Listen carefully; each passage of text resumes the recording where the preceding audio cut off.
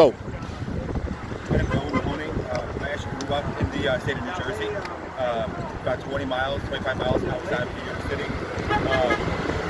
On September 11th, I was in 7th grade at the time, and I remember, like it was yesterday, over the PA system in the school, you could hear all the name after name after name of kids being called out to the front office, being picked up early, getting early dismissal. We didn't know what was going on. The teachers, they wouldn't tell us anything. At the end of the day, when school was dismissed, my mother came to pick me up, or my sister, which was out of the ordinary because normally we had a family friend that would pick us up. And but we basically rode home in silence. By the time we got home, my mother told us what happened. That day, later in the evening, we just happened to be driving by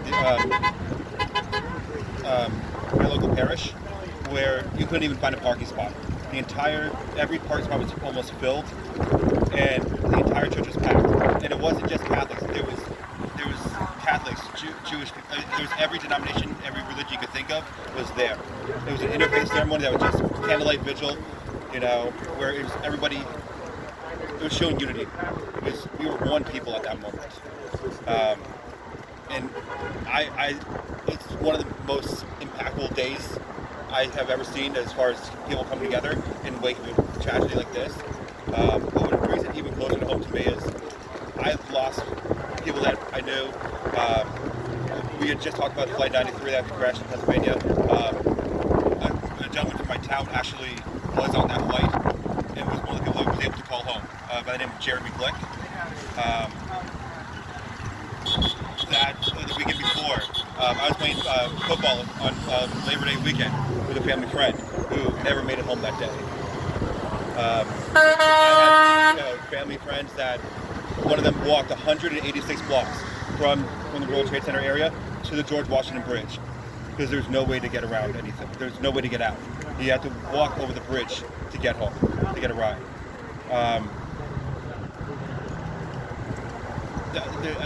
There's so many stories that I've heard that firsthand, secondhand, of people that were there that day. Another really close friend of mine, who's the firefighter who actually was basically a mentor of mine.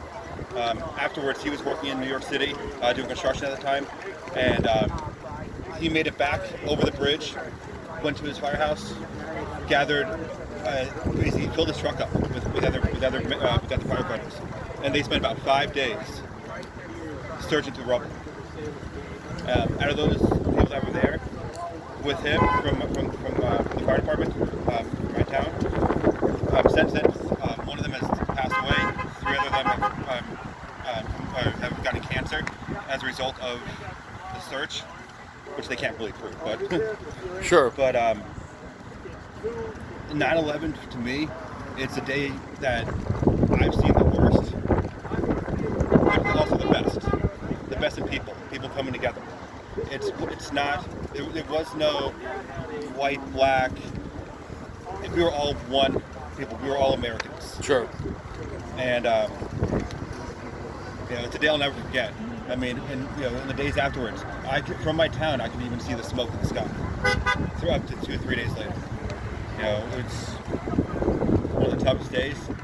But like I said, the country came together like it's never done. Thank you. Thank you.